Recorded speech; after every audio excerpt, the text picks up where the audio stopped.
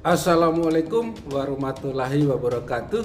Salam sejahtera bagi kita semua. Om Swastiastu, Namo Buddhaya, salam kebajikan. Semangat pagi teman-teman semua. Bagaimana kabar hari ini? Semoga selalu semangat untuk mengikuti pelajaran kita. Oke, hari ini kita akan belajar materi tentang jenis-jenis gardu induk dalam sistem tenaga listrik. Tetapi di sini Pak Yance tidak sendiri. Sekarang Pak Yance sudah punya asisten.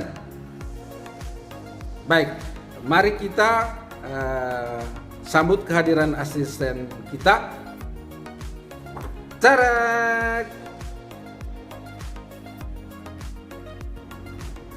Halo, selamat pagi Pak Yance. Selamat pagi teman-teman. Perkenalkan saya Boim sebagai asisten Pak Yance.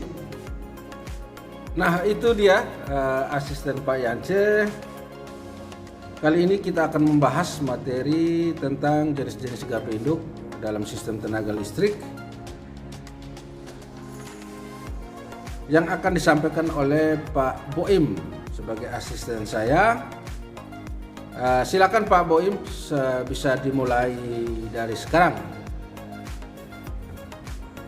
Selamat pagi teman-teman.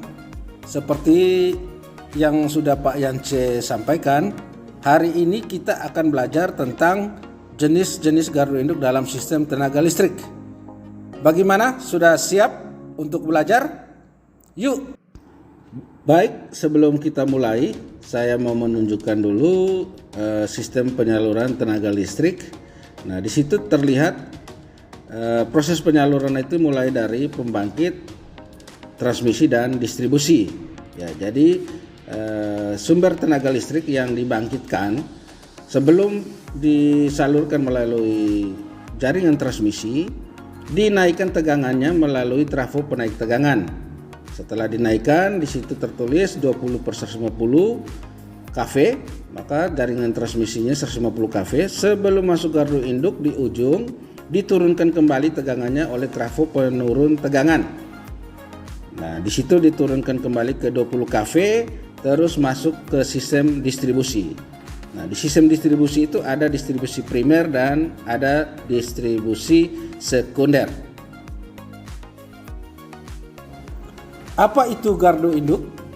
Gardu induk adalah suatu instalasi yang terdiri dari peralatan listrik yang berfungsi untuk yang pertama, mentransformasikan tenaga listrik tegangan tinggi yang satu ke tegangan tinggi yang lainnya atau ke tegangan menengah. Yang kedua, pengukuran parameter operasi serta pengaturan pengamatan dari sistem tenaga listrik. Yang ketiga, sebagai pengaturan daya ke gardu-gardu induk lainnya melalui feeder atau penyulang tegangan menengah. Yang keempat, sarana telekomunikasi pada umumnya untuk internal PLN yang kita kenal dengan istilah SCADA. Dan yang kelima, menyalurkan tenaga listrik kVA, MVA sesuai dengan kebutuhan pada pelanggan tertentu. Fungsi yang keenam adalah mentransformasikan daya listrik mulai dari tegangan ekstra tinggi ke tegangan tinggi 500 kV ke 150 kV. Dari tegangan tinggi ke tegangan yang lebih rendah, dari 150 kV ke 70 kV. Dari tegangan tinggi ke tegangan menengah, dari 150 kV ke 20 kV. Atau dari 70 kV ke 20 kV. Dengan frekuensi tetap untuk Indonesia sebesar 50 Hz. Selanjutnya, kita akan membahas tentang jenis-jenis gardu induk ya teman-teman. Gardu induk dapat dibedakan. Yang pertama, berdasarkan besar tegangan, terdiri dari gardu induk transmisi dan gardu distribusi. Gardu induk transmisi adalah gardu induk yang mendapat daya dari saluran transmisi untuk kemudian menyalurkannya ke daerah beban, industri atau kota. Pada gardu induk transmisi yang ada di PLN adalah tegangan tinggi 150 kV dan 70 kV.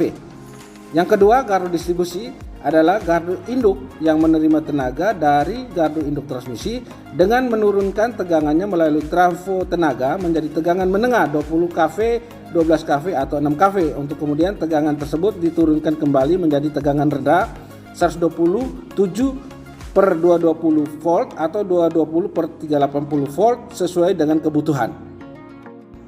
Yang kedua, gardu induk berdasarkan pemasangan peralatan. Yang pertama, gardu induk pemasangan luar, yaitu sebagian besar komponennya ditempatkan di luar gedung kecuali komponen kontrol, sistem proteksi dan sistem kendali, serta komponen bantu lainnya ada di dalam gedung.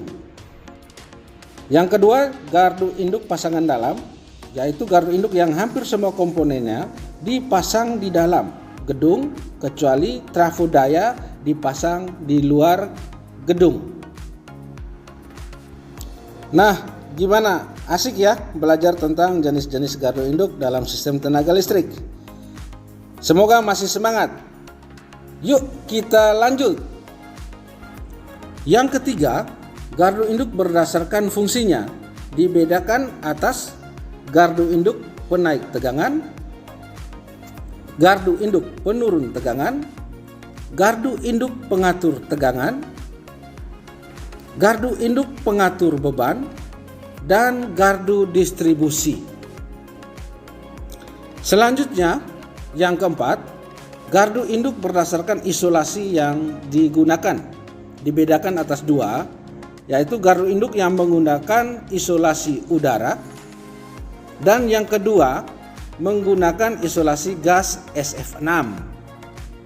Nah, itu jenis-jenis gardu induk yang keempat. Nah, sekarang yang kelima, gardu induk berdasarkan sistem rel atau busbar. Ya, dibedakan atas tiga, yaitu yang pertama gardu induk dengan sistem ring busbar, yang kedua gardu induk dengan sistem single busbar, dan yang ketiga gardu induk dengan sistem double busbar. Oke teman-teman, itu tadi materi tentang jenis-jenis gardu induk dalam sistem tenaga listrik. Oke, saya kembalikan ke Pak Yance ya. Terima kasih atas perhatiannya. Terima kasih Pak Boim. Cukup jelas ya penjelasan dari Pak Boim. Nah, jadi teman-teman, fungsi utama dari gardu induk adalah untuk mentransformasikan tegangan. Jadi gardu induk ini disebut dengan GI, berfungsi untuk menaikkan tegangan dari pembangkitan, karena untuk penyaluran listrik membutuhkan tegangan yang besar agar mengurangi rugi daya. Sedangkan pembangkitan hanya bisa membangkitkan listrik sekitar 6-20 kV, dan itu harus dinaikkan agar tidak habis atau drop dalam perjalanan penyaluran. Setelah melalui penyaluran dengan tegangan tinggi pada sisi transmisi, tegangan harus diturunkan kembali pada tegangan standar yang bisa dipakai oleh konsumen untuk dapat dipakai oleh pelanggan. Jadi GI ini ibarat sebagai stasiun-stasiun listrik, maka dari itu disebut dengan substation. Baik, mungkin cukup itu saja materi pada kesempatan kali ini. Tunggu kolaborasi kami lagi. Terima kasih Pak Boim atas materinya. Sampai jumpa di materi berikutnya teman-teman. Wassalamualaikum warahmatullahi wabarakatuh.